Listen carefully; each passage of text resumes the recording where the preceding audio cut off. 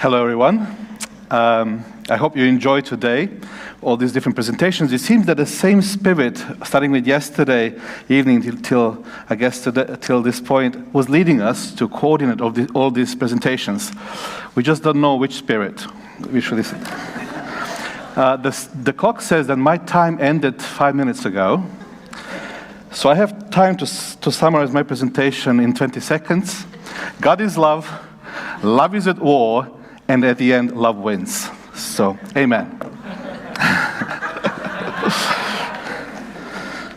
Okay, so the title of my presentation is Deframing God, Theodrama and the Challenge of the False Narratives in the Face of Evil. The problem of evil is seen as the Achilles heel of Christian worldview. In the face of evil, we encounter some of the strongest and most lethal possible objections to God's character of love. Maintaining a belief that God is morally good is even harder when we are forced to walk in our own valley of the shadow of death, experiencing brutal, heartbreaking, and mind-numbing experience of pain, agony, anger, and despair. That's why the problem of evil is widely acknowledged to be the rock and the intellectual stronghold of atheism, or so-called Achilles heel, the weakest point, the point of vulnerability of the Christian worldview. It threatens the intellectual viability of Christian theology by introducing cognitive dissonance, and it cuts to the core of personal Christian faith, calling it into question, causing this kind of crisis of faith. And also, it poses the questions regarding our general purpose, as Hans Kung wrote. In suffering, man reaches his extreme limit, the decisive question of his identity, of the sense and nonsense of his life, of reality as a whole. For many a person, concrete suffering has been the occasion of his unbelief. For many another, the occasion of his faith. The problem of evil is a multifaceted one. People generally talk about three challenges. On one hand, we have the logical challenge, which talks about the logical dissonance between the belief that there is God who is all-knowing, all-powerful, who is good, and then that there is evil. Famously, this is articulated by the Greek philosopher Epicurus, who would say, is he willing to prevent evil but not able? Then he is omnipotent. Is he able but not willing? Then he is malevolent. Is he both able and willing? Whence then is evil?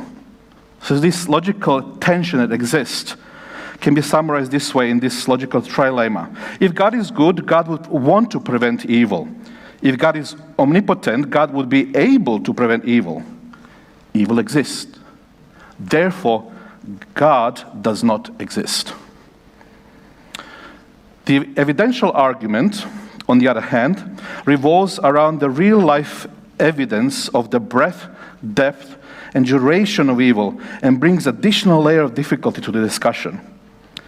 Even if the logical dissonance is somehow resolved, Alvin Plantinga explained, one is still left wondering, why does God permit evil? Or why does he permit so much of it? Or why does he permit those horrifying varieties of it? Or we could maybe even add, why does he permit it to last for so long? So the evidentialist part of the argument focuses on the existence, the extent, the expressions, and the duration of the reality of evil. And finally, the existential problem of evil pertains to the physical, psychological, and spiritual experience of this enduring, intense, prolonged, and cruel suffering in everyday life. These experiences raise a challenging existential question: how do we survive this predicament? We suffer, we cry out, we wonder, we doubt, yet God seems somewhat silent, indifferent, and unresponsive to our pleas. When we are overwhelmed by the agony and pain of our existence, we may even feel abandoned and cry out of despair, echoing the words of Jesus on the cross, my God, why have you forsaken me?" In response to this horrendous reality of evil, people try to search for different solutions and different narratives to make sense of their painful experience. While some of these narratives provide a temporary relief and sense of resolution, they only serve as a short-term escape from acute suffering. They are like a form of opium. Upon further and more thorough examination, these narratives often fail to stand up to scrutiny. Even narratives offered by some Christian and God-fearing experts can be false and have a negative impact on one's perception of God's character. Such narratives can be damaging to those who seek to find meaning and understand their suffering. So why does it matter? Why is it so important to get this right? What's at stake if we don't? I would argue that having the right perception is absolutely crucial, because the perceptions shape our attitudes, our relationship, our thinking, our behavior. So, if our perception of God is correct, we are more likely to have a more amplified experience of God in the world. But if those are wrong or false or incomplete, those perceptions actually reduce and damage our experience, because why would we relate to God who is evil, who doesn't have our best interest at heart? We would stand before him in fear, and we would maybe serve him out of anxiety. And this is why it's important. We cannot respond to him with everything that we are, to everything that he is, if we are not fully building our vision on a solid foundation, the one that claims that God is love and that he is morally good and omnipotent. Okay, now that we have briefly acknowledged the depth and the breadth of the damaging effects of the unchecked fake narratives, we are ready to face the key question for today. Can Christianity provide deep resources for facing, if you can get the next slide, can Christianity provide deep resources for facing suffering with hope and courage rather than bitterness and despair? Now we are moving to a solution.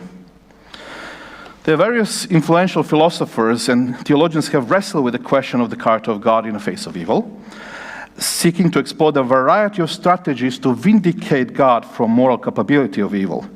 They have developed their responses that we often call them theodicy. Theo meaning God, and dike meaning justice or justifying God, as coined by Leibniz, Gottfried Wilhelm Leibniz. So due to a shortage of time, I'm going to skip presentation of different theodicies. Yesterday, you actually, if you want to hear more about it, I would encourage you to listen to the lecture of Dr. Jan Barna. He listed them. But I will focus only on one, the theodicy of love as viewed through the lens of the cosmic theodrama. This is my central proposal. The theodicy of love viewed through the lens of the cosmic drama, theodrama, or we call it cosmic conflict or great controversy, offers a coherent, biblically sound, and livable framework for addressing the logical, evidential, and existential problem of evil. That's my main premise. So how I'll do this? I'll present my case by focusing on 8 foundational theological insights that emerge from this cosmic story of God, because I can't possibly retell it today. And this drama, theodrama, is called theodrama because Theo, or God, is the main actor in this drama. These principles, rightly appropriated, can neutralize, supplement, or correct some of the fake and incomplete narratives about God's character that have circulated in Christian communities for many years now. By exploring their essence and inner logic, we might gain a better understanding of the grand narrative and access powerful resources that offer hope and courage in these difficult times. So this is just a structural remark that I have. The first 4 insights, or affirmations we can call them, respond to a logical problem of evil. The 5th, 6th, and the 7th insight cast light on the potential ways of dealing constructively with evidential problem of evil, if you can get the next slide. And finally, the 8th principles encompasses all the other principles, helps us make sense and deal with the existential problem of evil. That's the structure. Now, just for those who are visual types and more artistic types, as myself am, I would just use a small mnemonic device here to guide you to the rational argument about the nature of God. So imagine that you find yourself in a theater, maybe somewhere in London, and you're sitting in a theater, somewhere in the queue there, maybe with a restricted view, and you are watching the play before you. The central character being God, there are other side characters, there is a plot, there is certain scenes that are happening, twists and turns and surprises. But then at some point you notice that there is more happening behind the curtain. Not only in the scene, you can see what's going on, but there is the unseen part, behind the scenes, which involves countless different actors, maybe supporting staff, those who are dealing with the furniture, with the items, maybe singers, maybe choir. They're all behind, and you're noticing that something's going on because you hear certain movements. You have certain silhouettes and shadows and some premonitions, intuitions pointing that there is more to the story than what you can see. So with each one of these 8 steps, we should be able to peek more, maybe behind the curtain, through a small hole, or, to peek more of what's going behind. If you understand its dynamics, we might be able to see how we are not only passive spectators, but are actively engaged in this theodramatic play. Okay? So this is the framework. Now let's go to our principles. Dealing with the logical problem of evil, if you can get next slide, please. Insight 1. Love represents a fundamental property of our reality. It expresses the fabrics and the true nature of ultimate being, as well as the entire created world emanating from him. As the ontological descriptor encompasses and is further qualified by the spectrum of all other attributes and ontological qualities of God. I'll move on to the next one because Pilar has eloquently covered the rest of what I wanted to say here.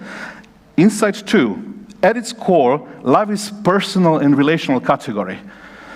It touches on the phenomenon of the mode of our being as persons in relation. The interconnectedness of koinonia, or interdependence, stands at the core of who God is in himself as a triune being and shapes his action towards us. We as humans are created as relational beings according to the image of our relational God. So these 2 premises, that love is ontological as well as relational category, are mutually connected. This is actually one of the greatest contributions of Christian theology to the general theory of personhood. It is actually articulated by Cappadocian fathers, and something what Pilar was talking about, this concept that to be means to be in relation. Being and communion are inextricably linked. That concept is a radical one if you want to understand the nature of our reality. Okay? From this, it follows that the most optimal space for expressing one personhood and being is in the context of community or relationality, with God, with others, with oneself, and with the world. After all, we are created by community, as community, for a community. Sin breaks the relational matrix, isolating humans, preventing them from fully living and eventually leading to non-existence.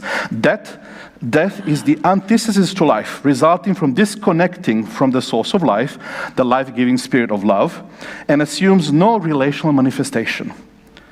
Once we grasp this radical insight about the relational nature of our reality, we must strive to be attuned to the inner dynamics, modes, and manifestations of the currents of love that hold everything together in a harmonious and complex oneness.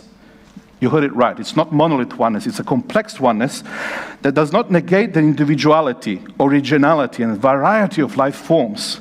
It is precisely in this diversity that the unity of being, the koinonia, is best displayed. With the one and the many in continual tension, united but not fused, distinguished but not separated. However, to understand this multi-layered, complex unity, we must consider the concept of freedom. This leads us to a 3rd principle. Love requires freedom. In other words, without freedom, love cannot be fully manifesting itself. For this interrelational, intergalactic matrix of love to reach its full potential, all parties involved, God, the Creator, and the creatures, must have the freedom of self-determination. God expresses the highest forms of love by desiring free fellowship with the world and free response of all of his creatures. In this voluntarist vision of world, we are not bound to act blindly according to the pre-established, predetermined natural or moral laws. To truly love, we must have the freedom of self-determination, a freedom to decide for or against God. Otherwise, we would be mere lifeless robots driven by the pre-programmed algorithms and unable to fully engage in a reciprocal relationship of love. So we must be given true agency, free agency, which is here without coercion and force. Yet, and this is a big yet, this freedom comes with a risk of being misused. As Macpherson recently argued in his recent book, The Redeemer sacrificed himself for a hostile creation.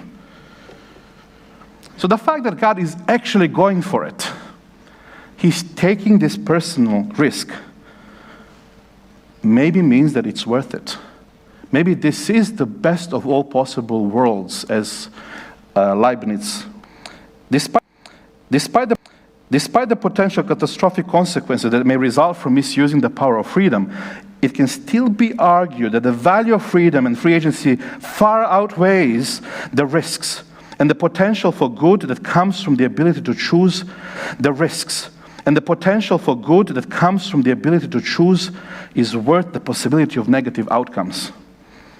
This proposal is significant and represents the potential logical leap. It is a move that has much at stake. Although it does not provide a definitive proof and complete defense of God's character, it does offer a way to address the logical challenge of reconciling the reality of God with the reality of evil. However, this observation needs to be further qualified to avoid potential for special pleading. Issue number 4, or insight number 4. True love grounded in freedom necessitates the potential, not actuality, of evil. Okay? This is the important one. The potential, not the actuality. It is essential to emphasize here that God did not create evil, nor did he plan for its actuality as an integral or necessary aspect of our reality.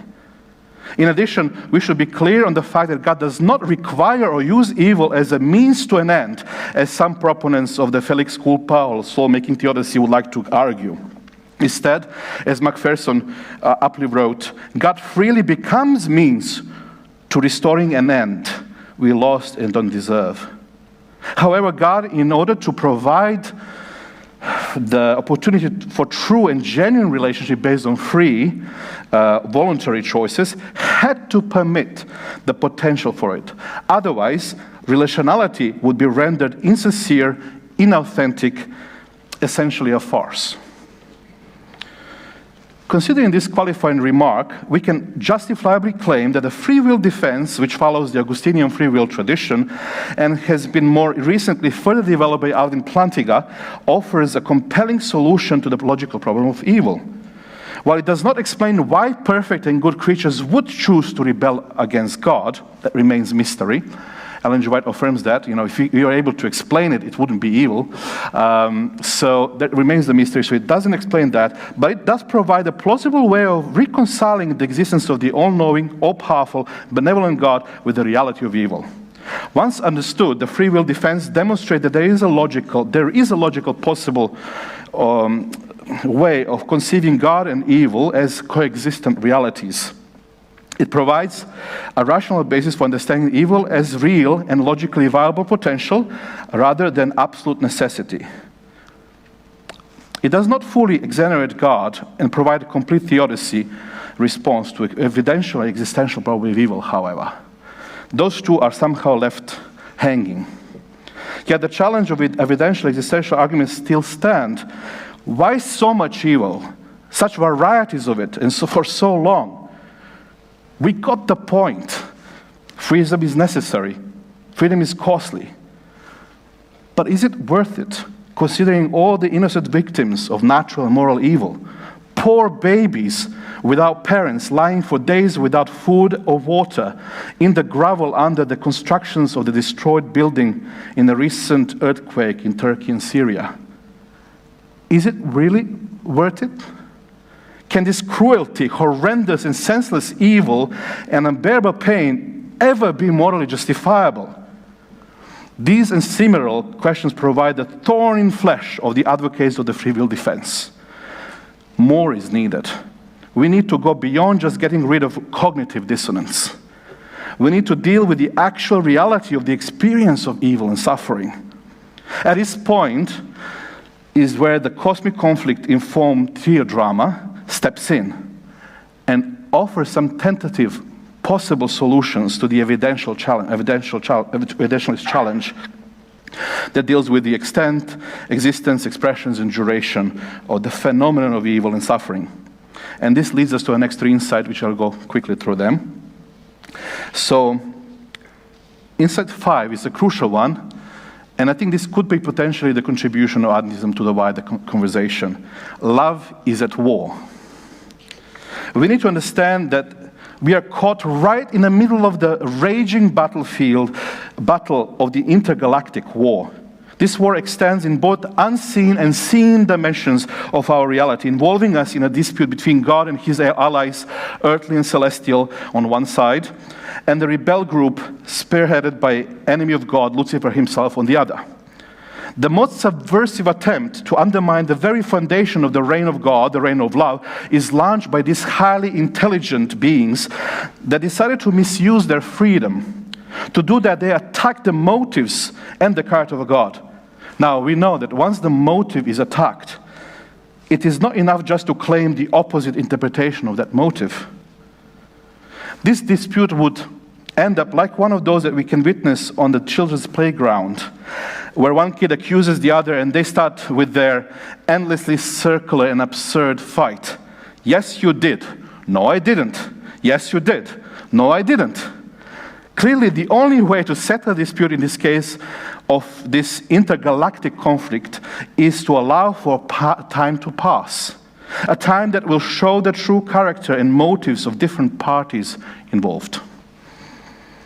Now, the complexity of living in this interim period is that we constantly get the mixed messages. There are some lies served to us, false narratives. There are incomplete truths or truths about God.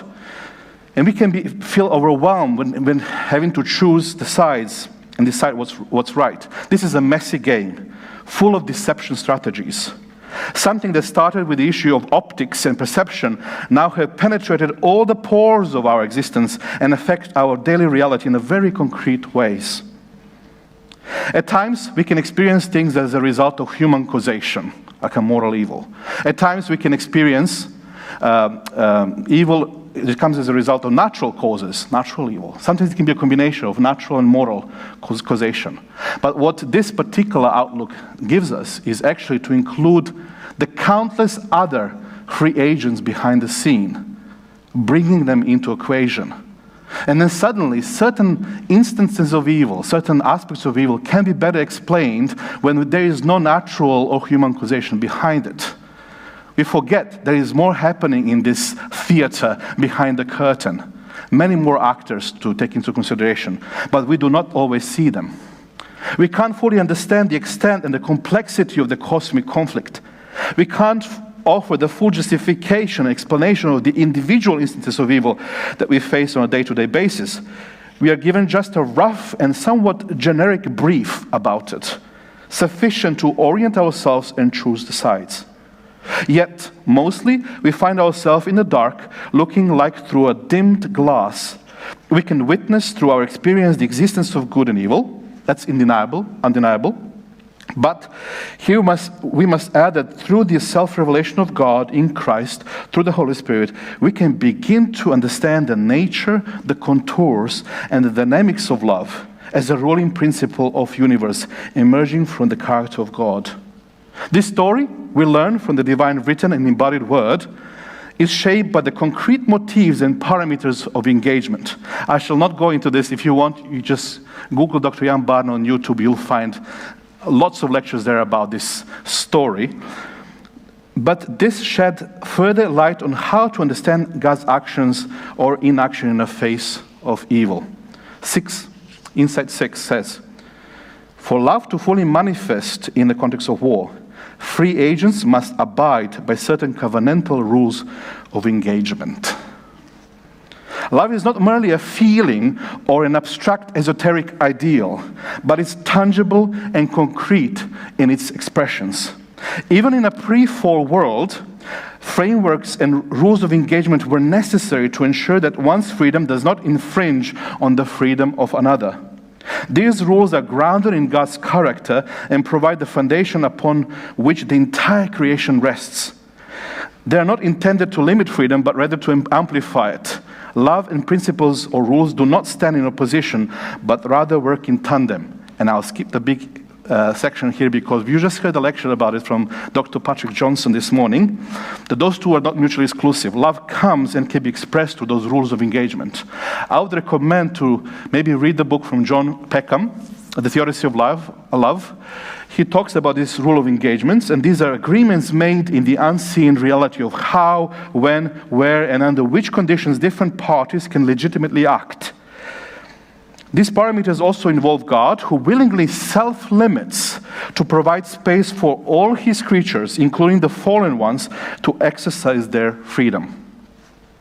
The example of this can be found in the story of Job. In the book of Job, Satan accuses Job of serving God only because he's blessed with abundance and protection. God then permits Satan to test Job's faithfulness, but imposes limits on what Satan can do. This shows that even Satan is bounded by the rules of engagement set by God and other members of this heavenly council. There are also other instances of angels of the Lord who are hindered or delayed in their actions or bringing the message by some unknown forces and factors that are not visible to us. Additionally, Jesus acknowledges that the enemy has not been allowed to do certain things. The enemy has done that, Jesus says, within certain bounds of engagement. These rules of engagements are not entirely revealed to us. That's the problem. Yet their existence provides the sufficient clues to help us sense what is going on behind the scenes. This insight provides a tentative framework for making sense of the apparent lack of divine intervention in the face of evil. Let's say an unanswered prayer. God may not immediately respond to prevent and destroy different expressions of evil because, the first reason could be, doing so would go against the rules of engagement. Second, impinges on the creaturely free will. Third, or result in a greater evil or less flourishing of love. While this framework requires further development and caution against hasty conclusions, it offers a plausible and livable framework to address the evidentialist problem of evil. This understanding can provide hope and help us see the light at the end of the tunnel as we await for the final outcome of this intergalactic war. This brings me to my point number 7. At the end, love will emerge victorious. Although this is a widely shared belief among Christians, opinions differ in terms of who will deliver this end and how will this happen.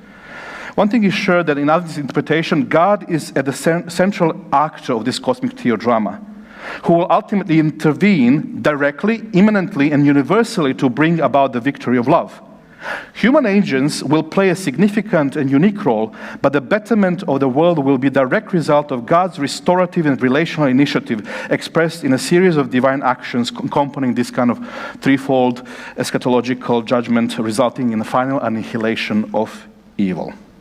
So, God does not only eliminate the evil, but he also walks with us in our pain, standing with us in the fire, carrying us through our struggles and nourishing us with his supernatural peace and hope.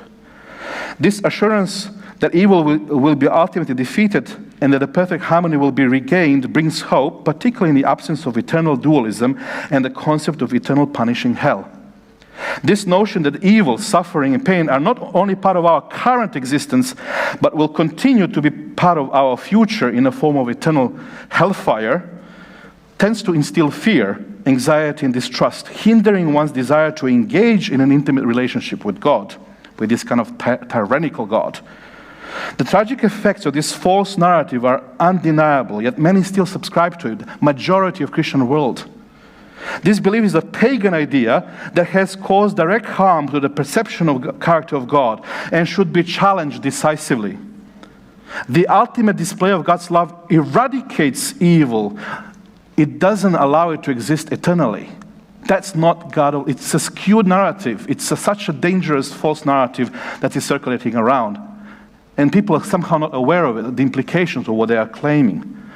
God's love eradicates evil and awakens love, hope, and faith in human heart. This brings me to my last point, insight 8, about the existential problem of evil. In the grand story of God's love, we are called not only to bear witness to, but to embody this story. This perspective emphasizes God's central role in the cosmic drama, while also providing room for us as human agents to join in, choose our side, and serve as agents of peace, love, hope, faith, and betterment for the humanity, as Pilira has convincingly argued. We have an essential part to play. God desires to use us to reveal himself to a suffering humanity. Now, this is an important point, a powerful resource for the existential people who are actually going through pain, that by engaging in this story, we encounter the main character of the cosmic drama in the most real way, the suffering God. This God is both in a ditch with us, showing divine solidarity with human suffering, and outside the ditch to help. This presence of God resonates with the broken world and provides tremendous comfort. He does not sit above human suffering, but rather stands within it and walks beside us in our valleys. We learn that God has not rejected us, but paradoxically, that he is still present with us. This generates hope even in the midst of suffering and provides us with the courage to deal with the existential problem of evil.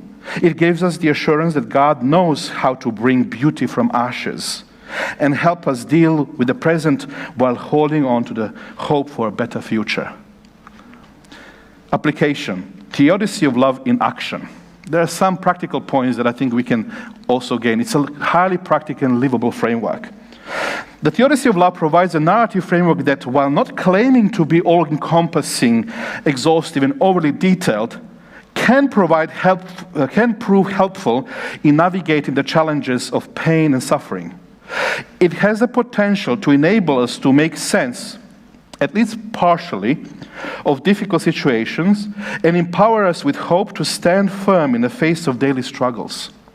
Furthermore, when allowed to shape our thinking, emotions, and actions, the theodicy of love can open up fresh, constructive opportunities for responding to the brokenness and defects of our world. As a way of concluding this short reflection, let me briefly name some of those fresh opportunities that the theodicy of love, interpreted through the prism of the Theodrama, brings along. First, go to our next question, and this is the answer to the question, can Christianity offer a logical, evidentially verifiable, livable, and relevant answer? I would say yes, it can. So this is the first way how we can get engaged. Theodicy of love challenges harmful and distorted narratives about God, such as God is incapable or ontologically limited. And you'll be surprised how many people subscribe to this process theodicy, open theism, infinitist approaches that claim exactly that. Then, challenges the narrative God is a monstrous tyrant who resorts to evil methods, like a genocide or something like that. As anti-theodicy, determinist approach, and Felix Cooper and greater good theodicy and soul-making theodicy would claim. So, that God instrumentalizes evil. He causes evil because he wants it. We simply need evil so he can shape us. It's part of his soul-making. Dangerous narrative. If you're not careful, we can adopt that. I actually hear it a lot in the church. So, in the contrast, okay, there's another one, which is God who is absentee landlord. He left us on our own to deal with it. He created the world according to certain principles, and now he's absent. He's somehow indifferent. Contrary to all these theodicies, all these solutions that we find outside, the cosmic conflict approach portrays God as a God of love who is profoundly and personally involved in addressing the issue of evil and stands with us in a solidarity as a suffering God and a co-traveler. He is by our side, and as Dietrich Bonhoeffer said, only the suffering God can help. Second point, theodicy of love provides a starting point of addressing the logical, evidential, existential challenges posed by the problem of evil. We just mentioned one thing, that how we can explain by understanding the rules of engagement, we can understand sometimes why God does not act. However, we should be cautious not to jump to definitive explanations for specific instances of evil, since the reality of evil is tragic and not fully comprehensible to humans. Third point, penultimate one. Theodicy of love delicately balances the visible and invisible, the known and the unknown, the revealed and the secret aspects of God's love story. Our human perspective is limited. We sit, remember, in a seating where there is a restricted view on the stage. Like watching a play from different seats in a theater that have a restricted view. We can see some characters and plot twists, but much remains behind the curtain. We may discern the silhouettes of meaning and complexity, but we cannot see the whole picture. Yet, by putting together what we do see, we can make sense of the world and play our active part with purpose, courage, and hope. This leads me to our last point. The theodicy of love is also a very practical and livable framework. It offers guidance on how we can play our part in a cosmic drama of extending God's kingdom, bringing hope to a broken world. With knowledge that we have a suffering God who stands with us in our troubles and challenges, we can engage with the world without escape and endure any challenge that come our way with necessary hope. We can take a concrete action and assume an active role in the Theodrama by standing with those who suffer, by empathizing with them and sharing their pain, even if it means just being present with them in silence. By providing concrete and meaningful support that offers hope in emotional, physical, intellectual, social, and spiritual ways. Creating communities that welcome people with open arms, recognizing that we are meant to thrive together as persons in relation, in communities of divine love. By doing this, we become visible signs of the invisible kingdom, a distant call, reminding people of what is most truly real, offering a glimpse and foretaste of a glorious future with unlimited potential for growth in love. We can endure and even thrive in the midst of pain, evil, and suffering. In doing so, we unlock the mystery of what it means to be fully and truly human, to love and to be loved freely, opening a new vista to the character of God as eternal love that will never cease. May His kingdom come. May His will be done on earth as it is in heaven. Amen.